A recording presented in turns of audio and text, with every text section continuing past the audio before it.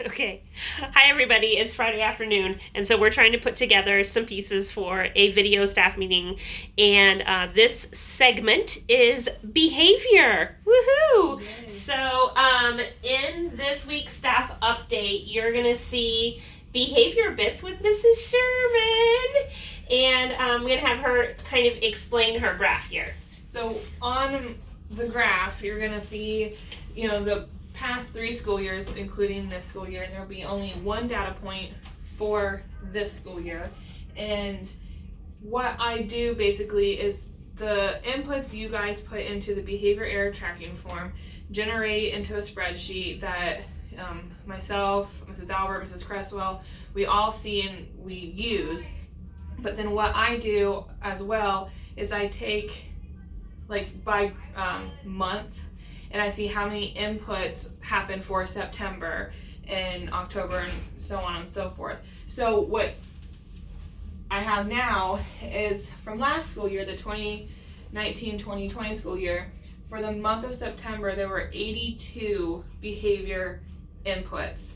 And for this school year, the 2020-2021 school year, for the month of September, there was 27 behavior inputs. So I think this is really interesting because we weren't really sure when we moved to the position of having behavior intervention specialist in the building and how this position was really going to work. But the 2018 September and the 2019 September are really not that statistically far off from each other. You'll see it's 78, then it's 82, and now this year it's down to 27. And there are some other things that we noticed, and it was just kind of hard to articulate all that by typing it. So we were looking at this, and the 27 behavior inputs for 2020, we've kind of broke it down. 8 of these students, this 27, 8 of those students are brand new to Northmore. Only 3 of them are kindergartners. And then we were kind of trying to take a look at the kids who are our Tier 2 kids from last year. We had 18 kids based off of last year's behavior data that we started targeting specifically. And when I say we, I mean Mrs. Sherman and Mrs. Burgess, who have been targeting these kids with sensory breaks or behavior check-ins with the zones. So those 7 students were here last year, and those 7 students would have accounted for 19 of these 82 inputs. This year, those same 7 students account for 7 of the 27 inputs. So that's a big drop. And only 7 of those 18 that are being targeted have even shown up in the behavior error tracking form that you guys put the inputs into. So I'm feeling really encouraged about this. I hope that I've explained it.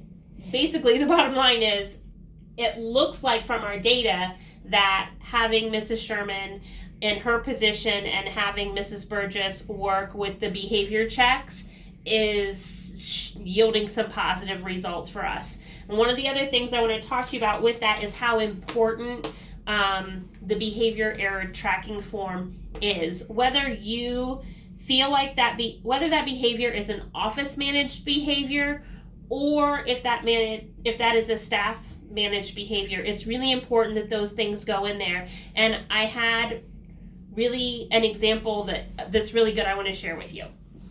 So Mrs. Rochon has a little friend in her classroom, and her friend presented with a behavioral issue that was concerning, and that friend was mad, so he cut his headphones up and he tore pages out of a book and he drew a paper weapon. So this friend is not someone that I have actually specifically handled, but because we have the behavior error tracking form, I wanted to go back. This seemed like a drastic change in behavior for a kid that I had never seen before. I wanted to go back and look in our behavior forms.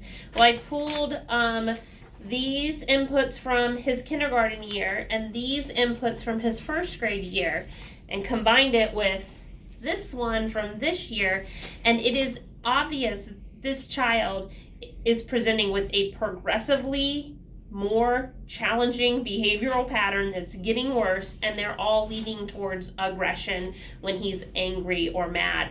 So if it weren't for our process, I'm super proud of how hard we've worked to work with PBIS to get the Google form moving. I think this is a real win because I was able to target this kid and have a completely different parent conversation.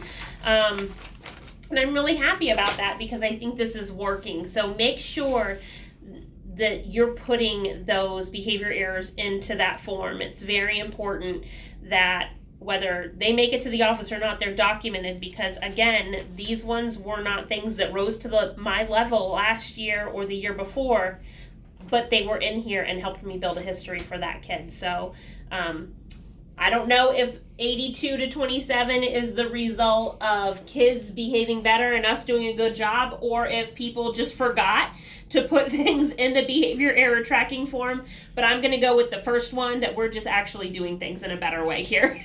That and maybe some masks.